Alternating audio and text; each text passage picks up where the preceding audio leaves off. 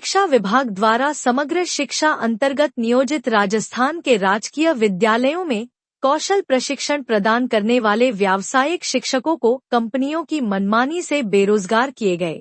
सभी योग्य व्यावसायिक शिक्षकों ने पुनः विद्यालयों में नियोजित करवाने हेतु मुख्यमंत्री के नाम ज्ञापन दिया। 21वीं सदी में लोकतंत्र में ठेका प्रथा के रूप में जो गुलामी और दासता चल रही है, उसके खिलाफ मुहिम जो चल रही है, उसके तहत आज हम वोकेशनल साथी जो हैं, जिनको मार्च के अंदर ज्वाइनिंग दी गई थी और जून में वापस हटा दिया गया।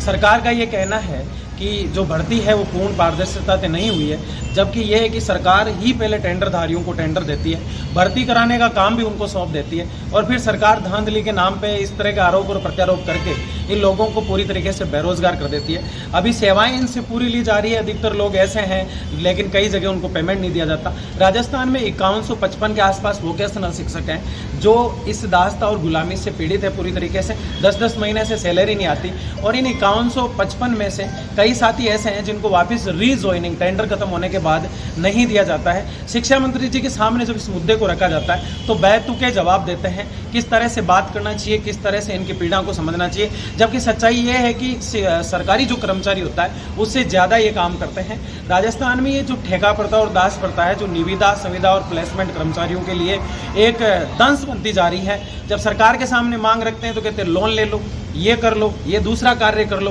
सर, आप अभी एक मीडिया कर्मी है, मैं आपको कहता हूं कि आप बाहर पकौड़े की दुकान लगा लीजिए तो आपको अटपटा लगेगा। ठीक है, ऐसे ही एक शिक्षक को कहते हैं कि तुम ये कर लीजिए, वो कर लीजिए। और इसी दास्ता का एक रूप आपके सामने है जो व्यावसायिक शिक्षक कहलाते हैं, जो बच्चों को खुद हुनर देते हैं, बच्चों को आत्मनिर्भर बनाने का प्रयास करते हैं। लेकिन सच्चाई ये है कि पढ़ाते हुए भी ऐसे गिल्ट फील होता है कि उस सिस्टम का हिस्सा बने हुए हैं जहाँ हम खुद आत्मनिर्भर पूरी तरीके से नहीं बन पा रहे हैं। बच्चों को क्या शिक्षा देंगे, जबकि एक कौशल स्वयं प्रधानमंत्री के द्वारा चलाया गया है, एक हुनर के लिए, डेवलपमेंट के लिए चलाया गया है, लेकिन ये बहुत पीड़ित है। इनकी रीजॉइनिंग को लेकर आज हमने कलेक्टर साहब को ज्ञापन दिया। ऐसे प्रत्येक जिले से ज्ञापन दिए जा रहे हैं और आने वाले 5 या 6 दिन में शहीद स्मारक से युवा हुंकार की तरफ से जबरदस्त हुंकार भरी जाएगी। वोकेशनल वेलफेयर जो है उस संगठन के द्वारा मजबूती से अपनी बातें पहले भी रखी और भी रखेंगे। और आज मीडिया के माध्यम से भी मैं कहना चाहता हूँ कि माननीय शिक्षा मंत्री जी को सद्बुद्धि देते हुए इनके बारे में सोचने पर जो है प्रयास किया जाए।